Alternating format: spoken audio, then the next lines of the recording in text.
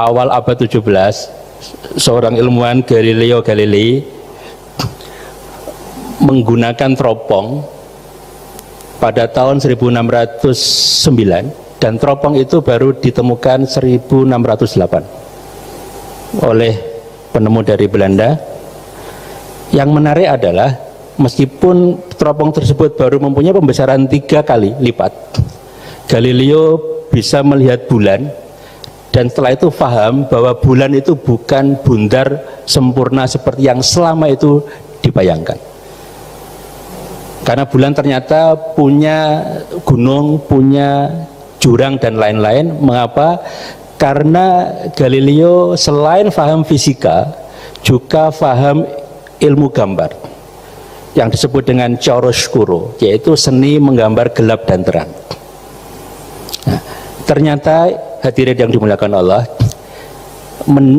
menggali, mengkaji sesuatu yang luas dan dalam itu bisa menemukan hal-hal yang mengandung kejutan. Nah, saya membayangkan dan saya menikmati selama ini kajian Gus Bah seperti itu. Jadi luas dan dalam, sehingga saya menemukan banyak kejutan-kejutan yang menyadarkan kita bahwa selama kita yang kita pahami, yang selama ini kita pahami, perlu kita luruskan, perlu kita perdalam, perlu kita maknai ulang dan lain-lain. Nah, sehingga nampaknya pesan Gus Bah yang selama ini saya dengar untuk banyak membaca, banyak menghadiri majelis ilmu sangat valid, sehingga kedalaman dan keluasan ilmu itu bisa membimbing kita, membekali kita untuk menghubungkan titik-titik yang tadinya tersebar dan dimaknai untuk kebermanfaatan yang lebih besar. Sekali lagi terima kasih pada Gus Bah yang sudah berkenan. Saya masih punya hutang untuk sowan ke Rembang yang kemarin, mohon maaf tidak bisa ke sana. Mudah-mudahan ini akan membuka kembali majelis ilmu yang sudah beberapa saat kita putus, dan mudah-mudahan bisa langgeng untuk seterusnya untuk kebermanfaatan yang lebih besar lagi. Kurangnya mohon maaf. Wassalamualaikum warahmatullahi wabarakatuh. Assalamualaikum warahmatullahi wabarakatuh. Bismillahirrahmanirrahim. Tabarakalladzi nazzala al-furqana ala 'abdihi liyakuna lil 'alamin nadhira. Allahumma shalli wa sallim ala habibika Mustafa Muhammadin wa ala alihi wa sahbihi asma'in. Nama ba'du. Yang sangat kita hormati bersama ini ada Bapak Rektor, ada Bapak On, Bapak Rohidin, semua wakil rektor, semua yang ada di sini, dan semua muhibbin, semua pecinta ngaji yang saya hormati. Meneruskan ngaji yang sempat tertunda sudah beberapa kali.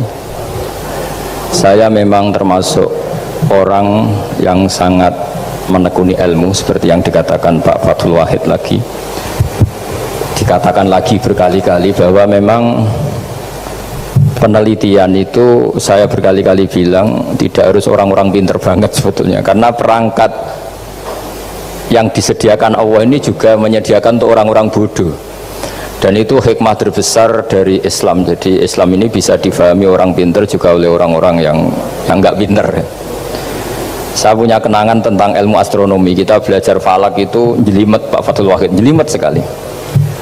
Ketika ada perdebatan misalnya awal Ramadan itu Ahad sama Senin, saya lagi misalnya Ahad, Minggu sama Senin, karena kita ini di pesantren kalau bilang Minggu itu kadang dilarang, harus bilang Ahad. Apalagi kiainya Pak Fathul Wahid di Kudus, Kiai Turehan itu fanatik, itu nggak boleh orang bilang Minggu, harus bilang Ahad. Yang lucu itu ada seorang kiai yang sangat fanatik terhadap Islam, itu nggak mau kalendernya ditulis kenaikan wafat Isa Al-Masih, karena keyakinan umat Islam bukan Isa yang wafat tapi Sibeh Isa. Itu di kalender Kudus kan wafatnya dalam kurung Sibeh Isa ya, yang menyerupai Isa. Jadi saking fanatiknya tetap menulis sesuai keyakinan. Saya teruskan. Orang kadang bilang begini, cara orang yang tidak mendalami ilmu, sama-sama kiai, sama-sama ormas Islam kok beda awal Ramadan, sehingga jadi debat Ahad atau Minggu sama Senin. Saya punya mak-mak ya, kalau orang sepuh itu yang dulu ikut buyut saya, jadi saya ini generasi kelima, itu orang itu muammar, ditakdir umurnya panjang. itu bilang gini, Gus, sebetulnya untuk tahu kalender yang benar mana itu gampang katanya. Cari tanggal 15, nanti kelihatan siapa yang salah. Ternyata betul, kalau dihitung Ahad, nanti 15-nya misalnya jatuh hari apa, nanti kelihatan ternyata pas yang dikatakan 15 versi Ahad itu bulan belum purnama. Purnamanya itu di versi mereka yang tanggal 16. Berarti bener mana? Yang Senin kan? Tapi yang versi Senin ternyata betul pas 15 pas purnama. Artinya apa? Allah menyediakan perangkat untuk menguji Senin apa Ahad dengan cara awam, yaitu nunggu tanggal 15. Artinya gini, kata siapa yang tahu itu hanya orang pinter gitu. Orang awam juga bisa tahu, karena agama ini milik bersama, ya, milik orang pinter, milik yang tidak pinter. Sehingga dalam pola-pola Islam, di antara madhab Syadzili, madhab Thariqah Naqsyabandiyah, itu beliau di antara kampanyenya gini, kata Thariqah Naqsyabandiyah, Thariqah kami ini yastawi fistifadatiha ar-rijalu wasibyan. Popularitas Thariqah saya, mudahnya difahami ini, antara orang pinter yang sudah dewasa sama anak-anak kecil ini sama. Kenapa demikian? Kalau dalam filosofi kebenaran itu ada pepatah, fa'innal haqqa adharu min syamsidz dzahirah. Kebenaran itu lebih jelas ketimbang matahari di siang hari. Sehingga mereka dengan mudahnya mensifati Allah misalnya az-zahir, zat yang begitu jelas. Kenapa Allah begitu jelas? Karena ulama dulu cara, kalau dalam bahasa pondok, mensifati, menstatuskan alam raya ini maujud. Maujud itu ada. Di mana-mana sesuatu yang ada itu ya diciptakan oleh yang ada. Masa tidak ada kok menciptakan yang ada? Sehingga mereka tidak pernah tertarik sama faham komunis, ateis, bahwa alam ini dimulai dari ketiadaan. Pertanyaannya adalah bagaimana sesuatu yang tiada menyebabkan yang ada. Sehingga ulama dulu pinter, sifat wajib itu apa? Wujud. Karena alam raya ini kadung wujud, kadung maujudat, maka Allah harus wujud. Berhubung wujudnya Allah itu wujud penyebab, harus qadim atau harus awal. Masa penyebab datangnya terlambat dulu yang jadi efek dari penyebab itu. Sehingga mereka dengan gampangnya mensifati Allah az-zahir, zat yang begitu jelas. Sehingga Imam Sibawayh, ahli nahwu, itu juga mengenali Allah lewat teori nahwu. Beliau bilang Allah itu siapa? Allahu a'raful ma'arif, zat yang paling mudah dikenali. Nah, sehingga tadi seperti yang dikatakan Pak Rektor, sebetulnya perangkat ilmu seperti tadi menemukan bulan itu diantaranya ditemukan kalau bulan tuh nggak rata itu ya lewat teori gambar, karena sekian jarak punya akibat sekian, punya, misalnya kita melihat gunung kelihatannya indah, padahal di situ ya ada lubangnya, ada pohon yang tertebang, ada pemandangan yang nggak indah, tapi gara-gara dilihat dari jauh semuanya indah. Maka disarankan orang yang baru gak suka istrinya terus melihat dari jauh, tinggal minggat lah kira-kira. Kalau ditinggal minggat 2 bulan itu mesti cinta lagi itu. Kan fungsinya baru kelihatan itu. Tapi kalau dekat terus tuh mesti sama neknya lah kira-kira gitu, sama mangkelnya itu. Sehingga itu ya dipakai teori juga dalam silaturahim. Di agama terkenal ada pepatah zurhiban tasdad hubban. Jadi ya jangan sering ketemu, nanti kamu gampang cinta. Kalau sering ketemu ya gampang bosen lah kira-kira seperti itu. Nah, kemudian teori-teori awam ini dikembangkan. Yang awam, jadi dulu orang menemukan apa, matahari itu besarnya kayak apa, rembulan besarnya seberapa, itu dilihat setiap kita melihat mobil itu jarak 1 kilo masih kelihatan sekian meter, nanti kalau 2 kilo berkurang sekian senti, kalau 3 kilo berkurang sekian senti, terus dikalikan ya kira-kira seperti itu. Kalau rembulan masih kelihatan segede itu berarti kali sekian pengurangan tadi, terus ditemukan. Makanya kita Pak Fathul Wahid yang di pesantren yang memang serius ngaji, itu di situ ada ilmu falak, itu ditemukan sebelum ada teknologi. Jadi kita tahu gerhana itu lamanya berapa, terus yang kena gerhana sisi mana, terus itu dihitung. Karena dari dulu sains, ilmu itu di atas teknologi. Jadi kalau keyakinan kita di pesantren, teknologi itu hanya menyumbang nggak sampai 30%. Jadi orang bisa menemukan pesawat misalnya itu karena melempar batu, kalau masih ada tekanan batu itu tidak akan jatuh. Padahal batu itu tidak ada mesinnya, asal ada tekanan dia tidak jatuh. Terus dihitung kecepatan berapa yang menjamin sesuatu itu tidak jatuh. Hanya ditemukan pesawat, meskipun mau landing harus tetap banter, karena kalau tidak banter jatuh. Itu dihitung, artinya dari sains dulu, baru ditemukan teknologinya untuk gimana supaya tetap kecepatan sekian itu ketika mau landing. Nggak boleh pesawat direm, kalau direm ya jatuh, karena tadi seperti batu dilempar, dia nggak jatuh ya kalau masih ada tekanan. Sehingga instrumen itu ditemukan juga di bab tauhid.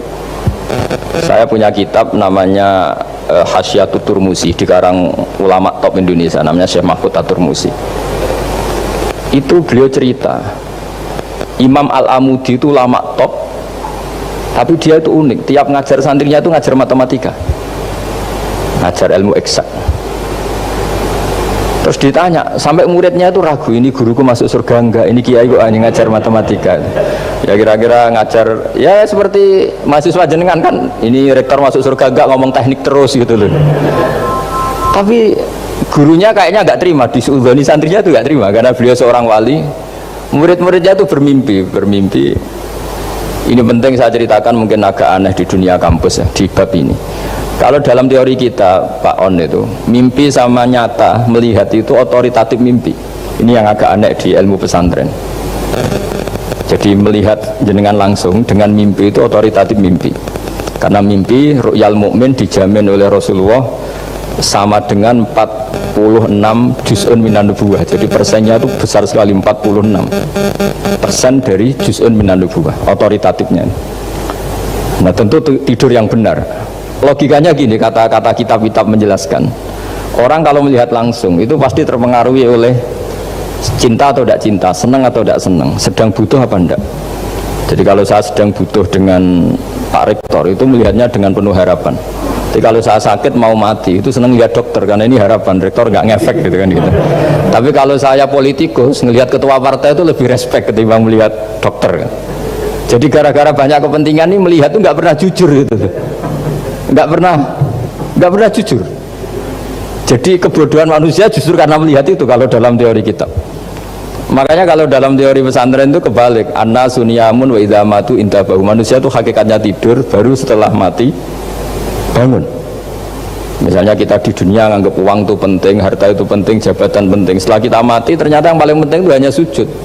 Karena kamu itu kenangan ketemu Allah terbaik itu sujud. Yang kita anggap penting di dunia semuanya tidak penting. Yang kita anggap sepele kayak sholat ternyata itu super penting. Tapi sadar itu nunggu nanti di akhirat. Ya, saya ini termasuk syukur yang sadar sebelum sampai akhirat. Jadi termasuk orang yang beruntung ya gitu. Nah, kenapa mimpi itu begitu penting? Karena tadi ketika orang tidur itu off semua, sistem sarafnya, sistem apanya. Yang ada hanya pengendalian Tuhan. Karena dia tidak bisa mengendalikan dirinya sendiri. Apalagi kalau tidurnya benar ya tentu pakai wudhu, terus pakai doa-doa, terus menghadap kayak mayit itulah, standar mayit itu menghadap ke kiblat kayak posisi mayit itu. Sehingga dia ada intervensi pada dirinya sendiri, ya tidak punya keinginan dari dirinya sendiri. Kamu kan nggak bisa ingin wah tidur ingin ketemu wanita cantik kan tidak bisa nentukan gitu. Akhirnya ya benar-benar hanya milik Allah. Apalagi kalau kita bacanya benar, terus pikirannya benar. Makanya uniknya dalam Islam adalah doa mau tidur dengan wiridan setelah sholat itu ajarannya Nabi banyak mau tidur. Wiridan subhanallah 33, alhamdulillah 33, Allahu akbar 33 dan disempurnakan seterusnya itu. Itu ijazah Nabi kepada Sayyidah Fatimah itu untuk mau apa? Tidur. Bismika wada'tu jambi wa bismika arfa'u. Sampai doanya panjang. Allahumma aljatu zuhri ilaika. Panjang sekali doa mau tidur.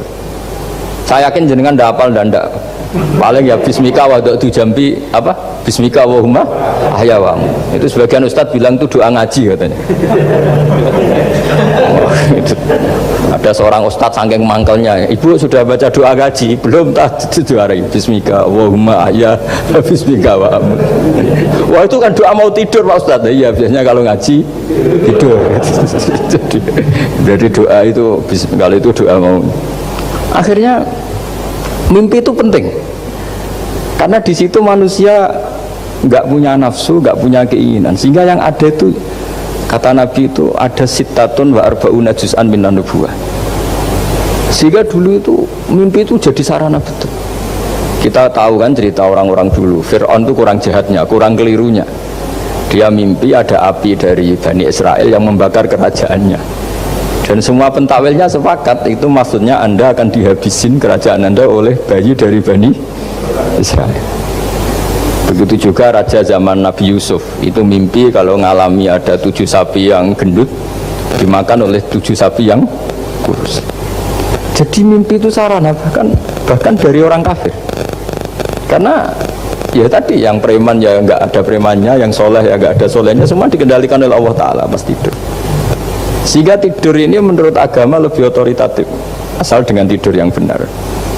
Jangan tidur sambil ngerokok terus terbangun karena ininya kena itu. Nah, cerita-cerita unik begini kalau tidak orang pesantren itu tidak tahu, karena ini memang khas pembalikan satu fakta yang diyakini orang banyak. Sehingga ulama dulu itu cerita, ini saya teruskan. Imam Amudi itu akhirnya murid-muridnya mimpi di situ tanya, Pak Ustadz, Anda masuk surga enggak ketika hidupnya hanya nerangkan matematika? Oh iya, saya bahkan enggak sekedar di surga, malaikat dikumpulin Allah untuk mendengarkan presentasi saya ngajar matematika. Jadi kata dia cerita, Allah bilang gini ke malaikat, hei para malaikatku, kenapa kamu iman sama saya? Ya karena saya melihat engkau ya Allah, melihat kekuasaan engkau. Tapi imannya orang ini itu melebihi iman kamu. Wah ya tidak bisa, saya melihat engkau langsung, ini tidak melihat engkau langsung, kenapa begitu yakin seperti yakin kita? Oh iya. Terus Imam Amudi, silahkan ajari matematika. Imam Amudi mulai ngajari matematika. Terus beliau ngajari ya sederhana, angka 2, 3 sampai ribuan sampai jutaan itu bin nisbat ilal wahid nisbatun wahidah, yaitu nisbatul far'i ilal asli. Hanya ngajar itu dok. Dunia ini apapun banyaknya variannya, apapun banyak makhluknya, itu semuanya adalah nisbatul far'i ilal asli. Angka 2 ya cabangnya 1, 1 juta ya cabangnya 1, semua itu dimulai dari 1. Jadi di mana-mana hitungan itu dimulai dari 1, dan 1 ini harus ada, yaitu Tuhan. Matematika akhirnya malaikat, keren juga maksudnya, akhirnya Allah bilang, dan itu didawuhkan juga oleh Rasulullah SAW, tuba liman amana bi walam yaroni, yang hebat itu imannya orang yang enggak melihat saya. Makanya masyhur itu, malaikat ditanya Allah, siapa imannya yang paling kuat? Ya kita, karena melihat engkau langsung ya Allah. Para nabi. Terus tapi yang dari sekian pertanyaan itu jawab sama, yang paling ajaib adalah umat-umat Muhammad di akhir zaman, nggak menangi nabinya, juga nggak pernah lihat surga neraka, tapi iman sama saya. Dan mereka punya cara untuk imannya ini berkualitas sama dengan kamu para malaikat. Ya diantaranya dengan cara logika tadi yang saya utarakan tadi. Am khuliqu min ghairi syai'in am humul khaliqun. Kalau alam raya ini wujud, maka penyebabnya harus sesuatu yang wujud. Masa sesuatu yang nggak wujud menyebabkan yang wujud? Kalau angka 10 ada, 1 juta ada, pasti dimulai angka 1. Makanya nisbatus naini wal arba'ah ila ma la nihayatalaha, itu semuanya nisbatul far'i ilal asli. Semua angka berapapun jumlahnya itu binisbat ilal wahid adalah nisbatul far'i ilal asli. Itu cara-cara, makanya tadi kajian ilmu itu tidak ada habis-habis. Makanya perasaan saya itu, kemungkinan orang Islam jadi ateis itu kecil Pak Fatullah. Saya punya kitab, ini saya ulang lagi, kitab calon wali. Kenapa saya sering cerita wali? Kalau di kampus itu kan orang inginnya ya jadi dekan, jadi rektor, atau jadi menteri lah kira-kira gitu. Kalau di pesantren orang itu cita-citanya satu, ingin jadi wali. Ya supaya majelis ini barokah, saya tidak perlu cerita dunia kampus. Kalau ceritakan corong Jawa Yai Segoro lah. Bongso keinginan gitu kan tidak selera saya, juga ada dunia saya.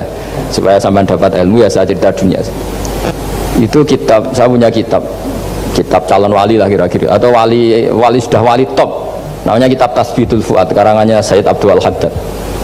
Itu beliau cerita, di antara ceritanya itu unik. Kata beliau begini, saya itu tidak khawatir orang Islam jadi murtad, apalagi jadi ateis, karena kalimat la ilaha illallah itu sahlatun qoribah, kalimat yang mudah sekali, sehingga saya tidak khawatir orang Islam yang ketemu orang ateis, ketemu orang macam-macam, asal diajari kalimat ini secara benar. Terus beliau cerita, yang saya takut tuh mereka masalah perempuan dan harta, kalau iman kayaknya enggak. Singkat cerita, yaitu di kitab seperti itu. Singkat cerita, saya ketemu banyak orang yang kuliah di McGill atau kuliah di Amerika, di Jerman, mungkin di Norwegia, di mana-mana, di Australia, dan ketemu teman-teman yang di Korea Selatan juga. Mereka itu orang kebanyakan yang nyuwun sewu nggak keluarga kiai, tapi mereka nggak ada yang nggak tetap iman. Ketika saya tanya, kenapa Anda tetap iman? Padahal ada beberapa negara yang lebih stabil, lebih makmur dibanding negara yang mengklaim sebagai negara Islam. Itu cara berpikir ya sederhana. Enggak lah Gus, kayaknya kok Tuhan kok ada tanggal lahirnya? Enggak lah, kayaknya yang namanya Tuhan tuh ya awal lah. Masa pencipta langit bumi dituhani orang yang lahirnya di bumi? Kayak enggak lah kayaknya. Jadi ya berpikir sederhana. Padahal ya kurang ajarnya Masya Allah. Anak ini ya dugem ya macam-macam, tapi kalau ditanya disuruh yang lain enggak mau dia. Enggak lah, kayaknya yang benar tetap Islam. Karena kalimat ini, yaitu tadi eksistensi Tuhan, tadi eksistensi Allah itu, la ilaha illallah itu kalimatun sahlah, kalimatun qoribah, kalimah yang begitu mudah difahami. Kenapa mudah difahami? Misalnya kita ngaji, Tuhan itu siapa? Yang menciptakan langit dan bumi. Dengan misalnya perbandingan Tuhan itu siapa? Yang lahir di bumi tahun sekian. Enak mana cara kita menerima itu? Kan keren yang menciptakan langit dan bumi. Tuhan itu siapa? Yang ada sebelum langit dan bumi. Dengan misalnya Tuhan adalah yang lahir di bumi. Keren mana? Nah, bayangkan kalau kita punya Tuhan Fir'aun, sudah mati jadi tontonan kan, terus gak keren maksudnya punya Tuhan kok seperti itu. Nah ini yang katanya Syekh Abdul Haddad, kalimat ini sahlatun qoribah. Sehingga kalimat ini pula yang kita dilatih, la ilaha illallah kalimatu haqqin 'alaiha nahya wa 'alaiha namut wa 'alaiha nub'ats atau wa biha nub'atsu insyaallah taala minal aminin. Nah, saya sebetulnya tadi datang itu tidak ingin menjelaskan ini, tapi tadi kata Pak Fathul Wahid, ilmu itu kalau dikaji tambah hari tambah mudah, karena perangkat untuk menemukan bulan itu misalnya nggak rata itu gampang sekali. Pakai teori pemandangan ya bisa, pakai teori gambar juga bisa. Kalau teori pemandangan tadi, kalau kita bisa melihat mobil 2 meter masih kelihatan 2 meter, itu dengan jarak berapa masih orisinil seperti itu. Tambah jauh tambah tidak kelihatan, tambah jauh tambah.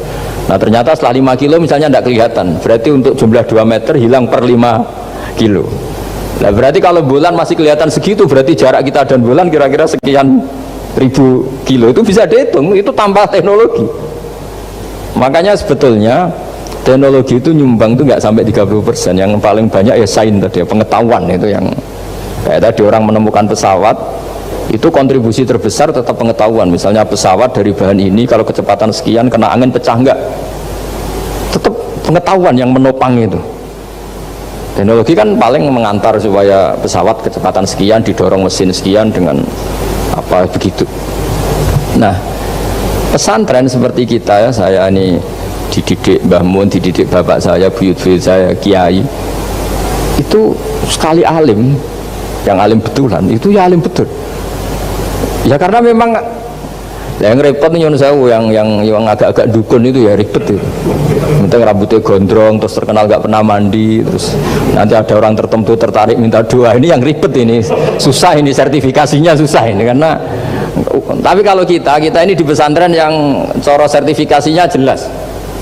Jadi berani jadi Gus harus bisa baca Mu'in gitu, berani jadi Kiai harus bisa baca Wahab. Aturan mainnya jelas kalau di ini. Yang repot tuh yang sebagian itu aturan mainnya tidak jelas. Terus promosinya itu pernah datangi menteri loh, pernah datangi wahai ribet kalau ukuran keren tuh didatangi apa? Menteri atau pejabat. Saya teruskan ya, karena ilmu itu harus menyelamatkan kita sampai di depan Allah Subhanahu wa Ta'ala. Nah, ketika kita menyifati Allah itu az-zahir, zat yang begitu jelas, itu kalau kita kan kok begitu jelas padahal nggak bisa dilihat, terus kita sendiri tidak pernah melihat. Tapi eksistensi Tuhan sebagai Tuhan, yaitu al-wajibil wujud, itu jelas sekali, karena nggak mungkin suatu yang wujud diciptakan oleh yang tidak wujud. Kenapa harus awal? Masa pencipta datangnya terlambat? Terus juga harus bako itu abadi atau al-akhir kalau dalam bahasa Quran. Masa zat yang superior kemudian kalah sama yang diciptakan? Berarti nanti ada kekuatan besar yang mengalahkan Tuhan. Ya kan ya aneh, kekuatan ini dalam kendalinya kemudian Allah kalah kan tidak mungkin. Makanya disebut al-akhir, Allah pasti tidak ada yang mengalahkan. Terus diantaranya lagi disebut qiyamuhu binafsihi, kalau dalam bahasa Quran disebut al-qayyum, zat yang berdiri sendiri. Nggak boleh Tuhan butuh yang lain. Kalau butuh yang lain berarti bergantung pada yang lain, dan nggak usah jadi Tuhan lah kalau masih butuh yang lain. Sehingga karena kekuatan ini, saya ulang lagi, karena kekuatan ini, ketika anak-anak mahasiswa kuliah di Jerman atau di Swiss, di negara-negara yang lebih bahagia ketimbang negara yang mayoritas muslim, itu mungkin mereka tertarik sama sistem negara itu karena ada jaminan sosial ini, tapi nggak pernah tertarik sama Tuhannya negara itu, karena dihitung-hitung tadi Tuhannya mesti keren kita gitu. Jadi, nah ini cerita ke saya Abdul Haddad, kata saya Abdul Haddad, kamu tidak usah khawatir lah umat Islam murtad atau jadi ateis gitu, karena penjelasan tauhid Islam itu begitu jelas. Jadi by design manusia itu pasti nerima tauhid kira-kira gitu. Jadi ini pentingnya adz-dzahir. Jadi Allah itu begitu apa? Jelas. Tapi Allah juga mensifati dirinya al-batin. Ya, al-batin itu gak mudah dikenali. Kenapa? Karena tubuh kita desainnya ini profan. Tubuh kita tidak sempurna, rentan. Nah, tentu sesuatu yang nggak sempurna ini tidak bisa melihat zat yang super apa? Sempurna. Kita bisa rusak sementara Allah tidak. Nah, karena alasannya tubuh kita ini didesain untuk rusak, maka di surga itu keyakinan para ulama orang bisa melihat Allah karena desain tubuhnya sudah dirubah dari desain profan menjadi keabadian. Sehingga di sini terus ada kelayakan melihat. Itu pun tetap min ghairi kaifin walan hisorin, tetap ya bisa melihat, tapi corong Jawa itu kecelok melihat tapi tidak sampai faham. Karena bagaimanapun Allah itu la tudrikul absar wa huwa yudrikul absar. Bagaimanapun Allah itu laisa kamitslihi syai'un, tidak ada padanannya. Jadi makanya Allah punya sisi adz-dzahir bisa dikenali sekali. Kenapa? Ya tadi nisbatus naini wal arba'ah ila ma la nihayata laha, itu nisbatul far'i ilal asli. Saya punya kitab Pak Fathul Wahid, diajar Mbah Mun dulu, kitab Al-Husunul Hamidiyah. Itu yang ngarang itu ya kayak kelihatan ngawur, tapi ngawurnya orang alim. Jadi di situ ada gambar, gambarnya itu nggak jelas. Mungkin pengarangnya juga nggak bisa gambar kayaknya. Wah bulat, benang bulat ada, gambar gunung ada, gambar yang tambah ngawur ya banyak sekali. Gambarnya itu nggak ada yang jelas. Tapi dari nggak jelas itu beliau bilang gini, gambar yang bulat ini, yang nggak jelas ini, tetap kamu punya rumus kan? Itu dimulai dari satu titik. Mau gambar gedung tingkat 5, mau gambar hutan ada harimaunya, tetap dimulai dari satu titik. Ya alam raya ya seperti itu, mau ada Mars, cek mau ada Jupiter, kayak tetap dimulai dari situ titik. Ya, ini namanya nuqtatul wujud, titik kewujudan, yaitu Allah Subhanahu wa ta'ala. Sehingga ketika kita ngaji, ketika di pesantren dulu, penjelasannya adalah Al-Quran maknanya dipadatkan di Fatihah, Fatihah dipadatkan di Bismillah, katanya Bismillah dipadatkan di titiknya ba. Nah titik ba ini dianggap titik awal wujud, bi kana makana wa bi yakunu mayakun. Kira-kira Allah mentitahkan karena saya semuanya yang ada, dan karena saya yang mau ada bisa saya adakan. Nah, itu sirinya lah. Jadi menerangkan tauhid itu pakai gambar. Gambarnya keliru sekali lah kalau dalam orang seni mesti melihat nggak seni itu. Karena dia nggak butuh gambarnya, butuh mau menjelaskan buat dunia sebanyak ini, buat alam raya sebanyak ini tetap dimulai dari satu titik. Nah, sehingga di sini ada tauhid qul huwallahu ahad, Allahus samad, tak terus ya. Nah, saya mohon lewat penjelasan ini ya, baik orang yang ahli teknik maupun ahli medis, ahli apa saja, tolong latihlah memberi penjelasan yang mudah sehingga agama ini mudah dicerna. Sehingga kalau ini dijelaskan cara mudah beragama itu jadi gampang. Makanya ciri utama agamanya orang-orang baik itu satu, man radiya billahi robba. Radiya itu seneng banget.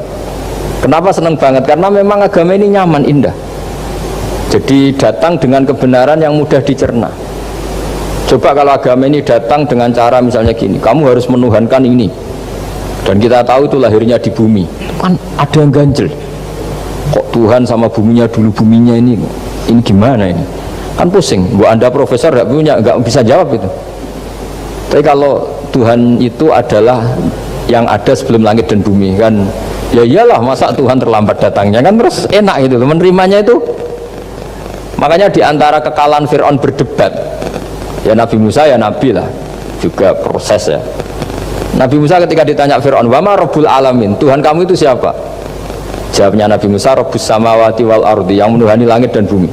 Itu Fir'aun masih bisa ngeles. Saya jalan-jalan kemana-mana, yang dituhankan saya, berarti yang Tuhan ya saya dong. Ma'alim tulakum min ilahin apa? Ghairi, kata Fir'aun. Soal Tuhan kamu di langit, Begini kata Fir'aun, Haman dipanggil, Haman bikinkan piramida yang paling tinggi, saya ingin melihat Tuhannya Musa. Musa bingung kan, padahal kalau naik piramida nanti Fir'aun pun tidak bisa melihat Allah kan. Wong yang nabi yang kiai aja gak bisa melihat, apalagi Fir'aun. Padahal celakanya ketika dia tidak melihat Allah, dia akan mengatakan Allah itu tidak ada, ribet kan. Itu penjelasan tentang Tuhan ini sebetulnya sudah absolut lah. Rabbus samawati wal ardi, Tuhannya langit dan bumi. Tapi itu gak ngefek, di perdebatan gak ngefek. Yang ngefek adalah ketika Musa bilang gini, Rabbukum wa rabbu abaikumul awwalin, sing nuhani buyutem. Wah kaget, pengawal-pengawalnya langsung do iman meskipun secara siron, secara rahasia. Iya, nak Quran pangeran berarti buyutnya rada pangeran. Kan pangerannya putu nih, berarti buyutnya wah ribet kan? Ya kalau Fir'aun Tuhan, bapaknya tambah Tuhan kan, mbahnya, buyutnya. Akhirnya kata pengawal Quran, geblek tenan Fir'aun. Artinya apa? Kadang argumentasi yang sudah benar, yaitu Tuhannya langit dan bumi kan ya benar lah, tapi itu tidak ngefek di perdebatan, tidak ngefek. Yang ngefek adalah ketika Rabbukum wa rabbu abaikumul awwalin, yang nuhani nenek moyang kamu. Orang mulai mikir kalau Fir'aun itu Tuhan, lalu nenek moyangnya Tuhannya siapa? Jadi ini seninya, makanya diantara syarat Nabi, jadi Nabi itu sidik, amanat, tabligh, fatonah. Fatona itu ada kecerdasan. Dulu Nabi ya sering dibully, jangan kira Nabi itu nggak sering dibully, sering juga Pak Rektor. Jadi ada unta itu kena kudis. Kudis itu ya jenis penyakit menular lah. Nabi dengan teori tawakalnya, Nabi itu punya dua teori, kadang pakai teori tawakalnya, kadang pakai teori preventif. Makanya Nabi pernah ngendikan kalau ada penyakit menular di situ, kamu jangan di situ. Itu pakai teori preventif. Tapi kadang Nabi pakai teori tawakal. Nabi menghentikan la adwa wala tiarutan, tidak ada penyakit menular. Terus orang-orang yang ya usil lah kira-kira gitu, ada unta kena kudis, dijejerkan yang waras, ternyata yang waras ikut kudisen lah, ikut sakit. Senang orang ini, ya Rasulullah ini saya jejerkan, ternyata yang nggak tertular jadi tertular, padahal engkau bilang nggak ada penyakit menular. Nabi jawabnya lucu, faman a'dal awwalah, kalau yang pertama ini tertular siapa? Dia dikira Nabi itu kalah karena melihat unta yang kedua. Ternyata Nabi enggak, ketika dipanggil ya Rasulullah ini unta agak gudikan, tak jajarkan yang kudisen, ternyata ikut kudisen, berarti penyakit itu menular. Tapi Nabi jawabannya faman a'dal awwal, lalu yang kena penyakit pertama tertular oleh siapa? Wah itu asli dari Allah. Ya maksud saya seperti itu kata. Nah itu yang dikatakan fatona. Jadi Nabi itu harus punya sifat apa? Fatona. Karena dengan kecerdasan itu Nabi bisa berargumentasi. Kayak tadi, ketika Fir'aun dikatakan Allah yang menuhani langit dan bumi, Fir'aun masih mengklaim dia Tuhan. Karena di mana-mana dia dituhankan. Tapi ketika diingatkan bahwa kamu anak seorang manusia, punya bapak, punya kakek, punya buyut, punya canggah kalau bahasa Jawa. Lalu kalau kamu yang Tuhan dan Tuhan dimulai Anda, lalu mbah-mbah kamu Tuhannya siapa? Gak bisa jawab kan? Akhirnya banyak punggawa yang saat itu iman. Jadi iman itu bisa menghunjam kepada siapa saja, termasuk yang orang-orang topnya Fir'aun. Sehingga ketika Fir'aun rapat Musa harus dibunuh besok, tangkap besok, sebagian mereka itu membocorkan informasi itu, datang ke Musa, tadi malam kita ikut rapat, kemudian Anda dibunuh, maka larilah kamu. Itu barokahnya iman. Artinya ya karena logika Musa lebih masuk akal, ya mereka lebih percaya sama Musa. Tapi gara-gara profesi ya tetap kerja, dan yang mulai ribet dunia. Mulai ribet. Jadi makanya kamu jangan tanya kaifa hukmul mukmin sing yukhfi imanahu, bagaimana hukumnya orang mukmin yang menyembunyikan imannya demi aman. Ya tidak usah kamu jawab. Kalau kamu jawab boleh, ini kok kayak pecundang. Kamu jawab haram, pernah terjadi itu. Wa qala rajulun mu'minum min ali fir'auna yaktumu imana. Ya, ini khazanah ya. Jadi saya mohon mengkaji Islam itu harus dengan sisi-sisi yang bisa difahami orang pinter juga orang bodoh.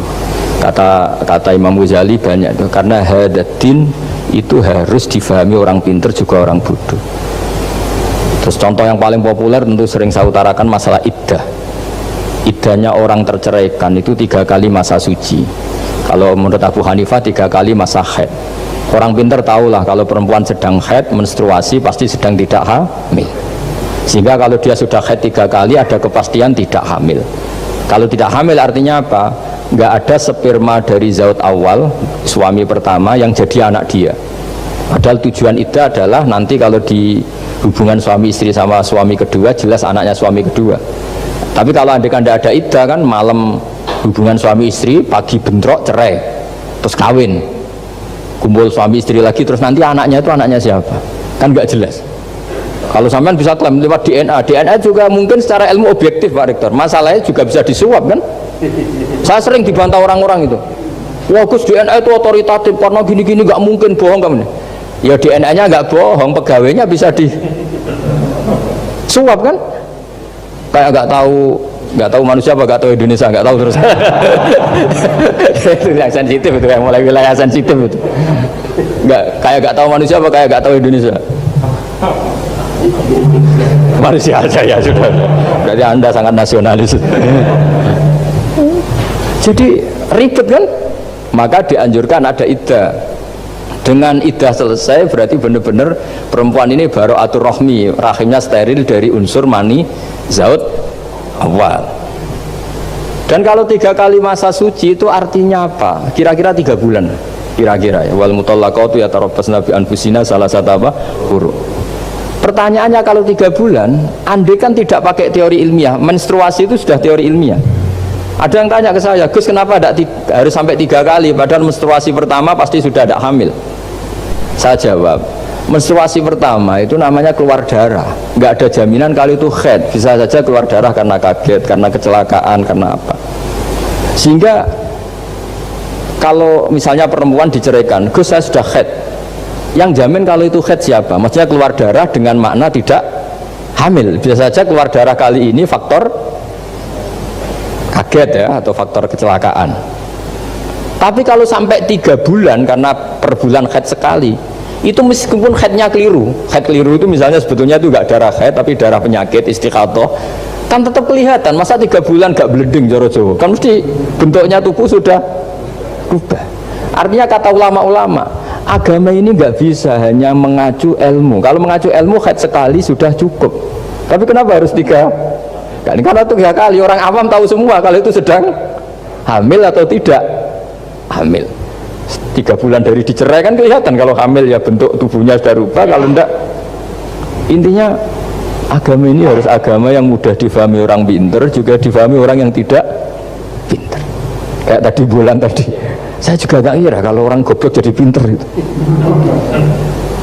Jadi ini cerita ya, jadi supaya kita meskipun di lembaga kampus, di lembaga modern, jangan lupa tradisi-tradisi kebodohan ya diabadikan lah kira-kira itu, karena bodoh kadang ya penting. Makanya kalau cerita di dunia wali itu kacau, Anda boleh gak nerima cerita ini, tapi Anda harus percaya kalau kekuasaan Allah itu tidak terbatas. Kenapa orang Madura begitu mencintai kiai? Sebetulnya niatnya ya agak baik, tapi ya nggak baik tapi baik.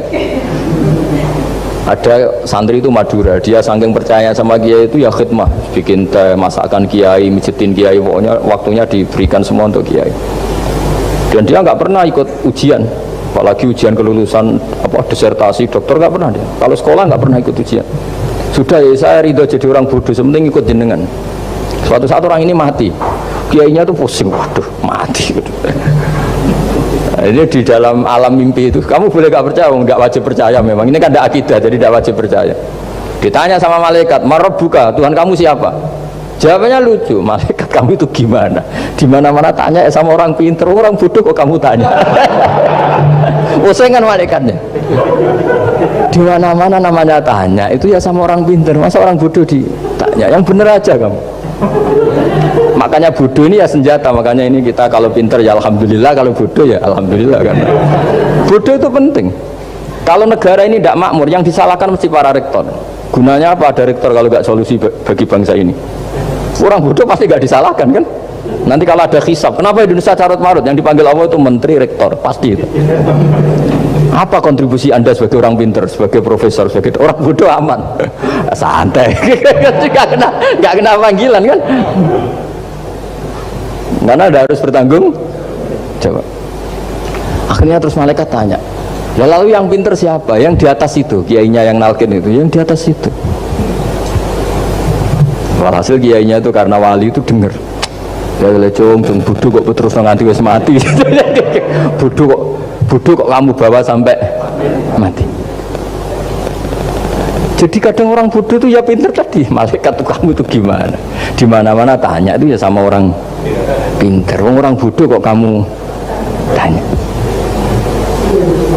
Ya, ribet kan kalau sudah ketemu seperti itu. Dan Nabi juga sering ngalami dialek sama orang bodoh. Kadang Nabi yang ngalah, kadang logikanya orang bodoh itu lebih gampang. Itu ada orang pencari dop itu semacam kayak biawak ya, tapi tidak biawak, kayak semacam biawak. Itu ketemu Nabi, kamu tahu kalau saya ini Rasulullah? Tidak tahu ya. Ya kamu harus iman kalau saya ini Rasulullah. Hatta yu'mina laka hadad dobban. Ya kalau hewan ini iman sama kamu ya saya iman. Ribet kan ukurannya itu. Waduh, untung Nabi betul. Terus Nabi tanya, Dok, kamu tahu kalau saya Rasulullah? Terus Doknya saat itu bisa bicara asyhadu annaka Rasulullah, terus baru iman. Imannya tanya, kenapa kamu iman sama Rasulullah? Hewan aja tahu kalau dia Nabi, apalagi manusia. Sehingga di masyhur itu di acara-acara kita, kalau wadzabu wal ghazalah yasyadani laka bir risalah, itu wadzabu wal ghazalah yasyadani laka bir risalah. Sehingga kekeliruan kita, saya sering ngomong di mana-mana, matur di mana-mana. Masyarakat Indonesia mayoritasnya tetap yang nggak pinter. Orang Islam mayoritas yang nggak pinter. Lalu orang nggak pinter ini diabaikan, sehingga mereka tidak jadi energi yang luar biasa untuk mengawal Islam atau mengawal Indonesia. Itu keliru menurut saya. Menurut saya orang-orang yang nggak pinter pun itu punya nurani. Zaman kita dijajah Belanda, itu tidak semua orang rektor, tidak semua orang profesor, tidak semua orang kiai, tidak semua orang alim. Mereka orang-orang yang nggak terpelajar, tapi tetap tahu caranya melawan apa? Belanda, melawan penjajah. Karena tadi manusia ini diciptakan itu sudah punya pengetahuan. Seperti mukadimah dibaca Pak Rektor, Iqra wa rabbukal akram alladzi 'allama bil qalam 'allamal insana ma lam ya'lam. Jadi bawaan manusia itu akan tahu untuk sesuatu yang perlu diketahui meskipun dia orang bodoh. Seolah lagi meskipun mereka orang apa? Orang bodoh. Nah, di sini ini Islam datang yastawi fistifadatiha fistifadati syariah ar-rijalu wasibyan, bahwa ukuran kebenaran itu adalah siapapun mudah tahu bahwa angka 2, angka 3, angka 5 itu adalah far'ul wahid, cabang dari angka 1. Fal aslu huwal wahid, yang asli adalah angka 1. Dan 1 ini harus 1. 0, itu ditemukan untuk setelah ada angka 1. Jangan keliru kamu. Tanpa ada angka 1 tidak ada 0, 0, ada gunanya kalau ada 01. Misalnya ada orang bilang, tapi kan ada 0,5, tetap saja harus ada angka 1. Nggak bisa. Kamu bayangkan 0,5 kan karena ada 1. Artinya apa? Kamu bilang separuh dari 1. Tapi itu pun karena sudah ditemukan aljabar. Makanya kalau dalam matematika Arab, mungkin di sini banyak orang eksak. Kalau matematika Arab itu mudah sekali, Pak. Orang Arab itu nggak mau bilang 2,5. Misalnya zakatnya tijarah itu 2,5. Itu kan kalau kita zaman SD kan garap porogabit. Itu orang Arab nggak mau. Saya pernah cepet-cepetan garap matematika, yang ahli matematika sama saya itu cepet saya. Karena saya pakai matematika bodoh. Justru itu gampang. Kalau orang Arab cara berpikir gini, kalau bilang 2,5 itu rubu'ul usur. Apa? Rubu'ul usur. Dari rubu'ul usur gini, 1/4 dari 1/10. Jadi misalnya 100 1/10-nya berapa? 10. Setelah 10 1/4-nya berapa? 2,5. Jadi bertahap rubu'ul usur. Sehingga misalnya gitu 1 juta kan angkanya nolnya kan 6. Kalau kamu porogabit 2,5 kan kuweselen nggih porogabit. Kalau orang Arab gampang, 1 juta 1/10-nya berapa? 100. 1/4-nya 25. Berarti 2,5-nya 1 juta 25.000. Orang Arab bilangnya rubu'ul usur, 1/4 dari 1/10. Jadi di 1/10-kan dulu baru di 1/4. Jadi lebih cepat. Sampai pakarnya tanya, Gus kok bisa gini? Wah, aku anak kiai ngawur ya. Saya ini, makanya banyak orang pesantren itu pintar matematika. Sebetulnya matematika model, ya sebetulnya kayak agak model bodoh itu. Tapi itu gampang, orang awam gampang. Kalau kita kan enggak, misalnya zakatnya zuruk, zakatnya tanaman itu 1/10 atau 1/20. Kalau orang Arab enggak mau 1/10 atau 1/20. Berarti kalau 100 ton atau 100 pintal berarti berapa? 10 atau 5 kan? 1/10-nya 100 berapa? 10. Kalau 1/20-nya 5. Kalau hitung-hitungan di fikih zakat orang modern kan 1/10 atau 1/20. Kalau orang Arab nggak mau bilang gitu. Zakatnya zuru itu al-usyur 1/10. Berarti per 100 ton misalnya 10. Atau nisful usyur, separuh dari 1/10. Jadi nggak mau bilang 1/20. Usyur atau nisful usyur. Gampang mana coba? Ya kan, usurnya kan 10. Kalau nisful usur 5 atau 1/20. Daripada gawe poro gapet, wah seruat. Jadi kita ini yang kelihatan goblok matematikanya ya pinter juga gitu. Meskipun ya tetap goblok karena ada nekuni gitu. Sehingga di pondok itu ya dulu diajarkan faraid, falak itu ya gampang sekali karena memang hitungan Arab itu. Kalau bilang 2/3 itu sulusani apa? Jadi 6. 2/3-nya 6 berapa? 6 sulusnya berapa? Sepertiganya 2. Nah, sepertiga itu sepertiga 2 kali. Berarti berapa? 4. Ya, 6 itu 2/3-nya kan? Pokoknya bahasa Arabnya sulusan. Kalau orang terjemahnya berapa? Kalau orang 2 kali sepertiga apa? 2/3. Sulusan itu 2/3. Nah, itu kalau orang Arab bilang nggak 2/3, sulusani. Sepertiga 2 kali. Jadi 6 di sepertiga dulu 2. Nah 2 itu 2 kali. Berarti berapa? 4. Jadi itu. Nah Quran itu ya kira-kira gitu. Jadi kelihatannya goblok, tapi itu pinter itu. Yang porogabet kelihatannya pinter, tapi tidak pinter. Ukuran orang pinter yang mempermudah yang sulit, jangan mempersulit yang mudah kan itu. Makanya saya bilang ini yang pinter yang mana itu. Nah, saya kembali lagi ke tadi. Jadi agama ini datang dengan sebegitu mudah. Sampai matematika yang katanya sulit, itu matematika Islam itu mudah sekali karena tadi. Misalnya kalau 1 miliar zakatnya 2,5% berapa? Kan pusing kan? Tapi kalau kamu pakai teori rubul usur 1 miliar, usurnya 100 juta, 1/4-nya 25 juta, berarti per 1 miliar. Gampang mana coba sama ngomong itu? Nanti ada yang nyeleduk, gampang kalkulator Gus. Ya ribet lagi kan kalau kalkulatornya pas hilang. Atau pas dipakai anaknya belajar daring, ribet kan HP-nya. Jadi ini cerita ya, jadi seperti yang dikatakan Pak Rekro tadi, sebetulnya ciri utama ilmuwan atau ulama atau profesor atau dokter itu usahakanlah yang mudah itu, yang sulit itu menjadi apa? Mudah. Yuridullah bikumul yusra wa la yuridu bikumul usra. Sehingga kata Imam Alamudi, dia menjadi wali besar itu justru karena belajar tauhid.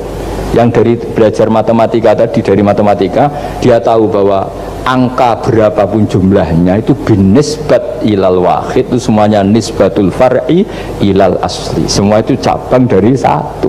Alam ini kayak apa besarnya, apa Mars, ada Jupiter, tetap semuanya nisbatnya ke Allah adalah nisbatul far'i ilal asli. Semua itu diciptakan oleh pokok yang satu, yaitu Allah Subhanahu wa ta'ala. Saya kira demikian. Assalamualaikum warahmatullahi wabarakatuh. Assalamualaikum warahmatullahi wabarakatuh. Mohon berkenan Gus, saya mau bertanya karena saya bodoh akan bertanya pada yang pintar ini biar nggak disalahkan. Mana ya, langsung ke pertanyaan, lebih penting mana antara pintar dengan cerdas? Karena ada anekdot Madura itu ya, karena orang Madura kan terkenal anekdotnya ya. Pada suatu saat di sekolah SD itu ada upacara, kemudian ada di anekdot itu ada menteri yang menanyakan kepada salah satu guru bahwa tiang bendera ini berapa tingginya. Oleh seorang guru itu manggil murid untuk naik ke tiang bendera itu untuk mengukur tingginya tiang bendera itu. Kemudian sama seorang pejabat itu ditegur, kenapa susah-susah dinaikin tiang bendera itu, enggak ditidurkan aja biar tidak mengundang bahaya kan. Dijawab oleh seorang guru tadi, tadi Bapak kan menanyakan tingginya tiang bendera. Kalau ditidurkan itu bukan tingginya tapi panjangnya. Nah itu kan panjangnya bukan tingginya. Jadi kalau menanyakan tingginya maka harus dinaikkan dulu gitu. Diukur ke atas itu. Nah itu terkait dengan anekdot itu saya bertanya itu ya, penting mana atau lebih utama mana antara pintar dengan cerdas. Terima kasih Gus. Ini karena pertanyaannya anekdot, saya jawabnya juga anekdot. Itu kalau kita di pesantren itu gudangnya itu kan biasanya korbannya orang Madura, tuh kasihan juga sama orang Madura. Itu kalau mereka ketangkep polisi ditanya, sudah tahu ini pelanggaran, tahu Pak? Kenapa melanggar? Gak tahu Bapak di situ sih. Jadi itu kan cerminan pikiran kita semua. Kalau gak melanggar itu bukan karena takut aturan, takut ketangkep polisi. Sudah tahu kalau pelanggaran, tahu Pak? Kenapa melanggar? Gak tahu Bapak di situ. Ribet kan? Nah, tapi sebetulnya jawaban dari pertanyaan jenengan itu ya sebenarnya Anda pasti tahu lah. Ini kan antara cerdas dan pinter itu mungkin ya pinter itu ya cerdas, cerdas ya pinter. Yang jelas mengetahui sesuatu yang semestinya itu ya kecerdasan, dan mengetahui itu ya namanya pinter gitu. Cuma tadi yang menterinya memang tanyanya ketinggian, di mana-mana yang bentuk tinggi itu ya begini gitu kan. Kalau begini orang sudah bilang bentuk panjang gitu. Jadi ya dalam hal ini ya pinter dan cerdas anak SD tadi yang naik tadi. Karena ya tetap dia memang benar-benar mengukur ketinggian itu, bukan kedataran. Nanti lama-lama ini bukan panjang Pak, tiduran. Tapi itu memang di beberapa dunia wali itu dunia yang memanfaatkan kepintaran dan kecerdasan. Misalnya banyak wali yang ibadahnya itu biasa. Ditanya kenapa kamu ibadahnya biasa? Loh, Allah itu nggak diuntungkan oleh ibadah saya. Ya sudah, saya ibadah standar saja lah yang wajib-wajib. Makanya di dunia wali itu lebih ngeri guyonannya. Ada seorang wali doa di multazam, ya Allah ampuni dosa saya, ampuni, dan ini tempat mustajab, saya berdoa supaya saya tidak dosa lagi. Itu jawabannya unik. Kalau orang tidak dosa, sifat ghafur saya nganggur nanti. Jadi saya ini ghafur itu pemaaf. Kalau nggak ada yang salah, lalu ini gimana ini? Nggak ada objeknya lah kira-kira gitu. Jadi hubungan wali dengan Tuhan dulu itu ya asik, karena ya memang agama ini datang dengan keasikan. Makanya disebut halawatal iman. Halawah itu nyaman, indah. Makanya Nabi itu kalau mensifati sholat, wa qurratu aini fi sholat, nyaman saya ketika sholat, karena Allah itu jamil, Allah itu indah, sehingga ya nyaman. Loh, saya itu kalau mikir mati itu Pak Rektor itu ya takut kadang-kadang, wah dikubur terus ditinggalkan gitu, ribet kan. Tapi kalau setelah saya ngenangen dulu ketika saya janin di perut ibu ya nggak tahu cara hidup, ternyata saya hidup dengan cara yang saya nggak tahu.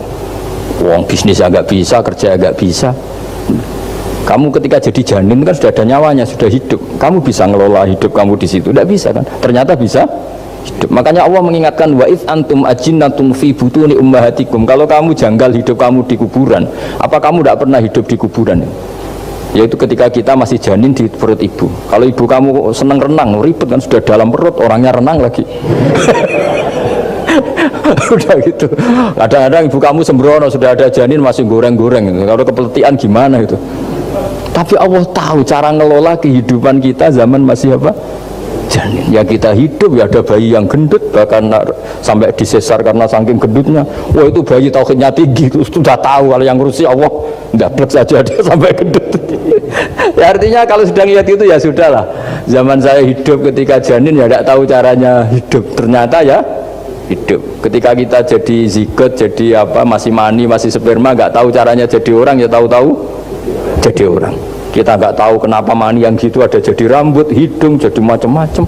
Setelah besar ya tahu proposal, tahu bulat, macam-macam. Wah, Makanya kalau kiai itu pinter anekdot. Saya pernah disewani istri Pak Rektor, melarat sekali, melarat betul. Melarat jelek, kebetulan yang tanya saya itu jelek. Wah beneran ya kata saya.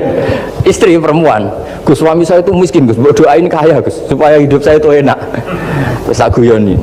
Nanti kalau suami kami kaya, pertama yang dievaluasi rumah Gus ganti ya, rumah diganti, mobil diganti, lama-lama yang diganti kamu.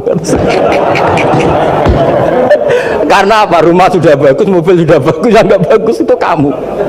Pasti diganti, tak jamin itu kata saya itu. Terus dia bilang, ya udah nggak usah Gus. Jadi untuk karena saya ini ya mikir, saya ini kiai kan jaga image, sampai saya doakan tidak mandi kan jatuh. Ya sudah mendingan gitu, mendingan tak kasih pengertian itu. Kalau suami kamu sudah kaya kamu ganti apa? Rumah kan, terus mobil kan, lama-lama dievaluasi apa?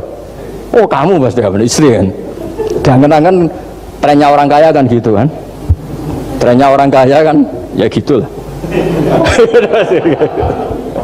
Terus dia udah nggak usah.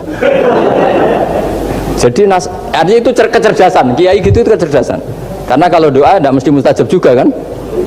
Udah kiai top gitu, doanya ngobos juga kan, ribet kan. Akhirnya ya sudah gitu aja. Ya saya kira demikian.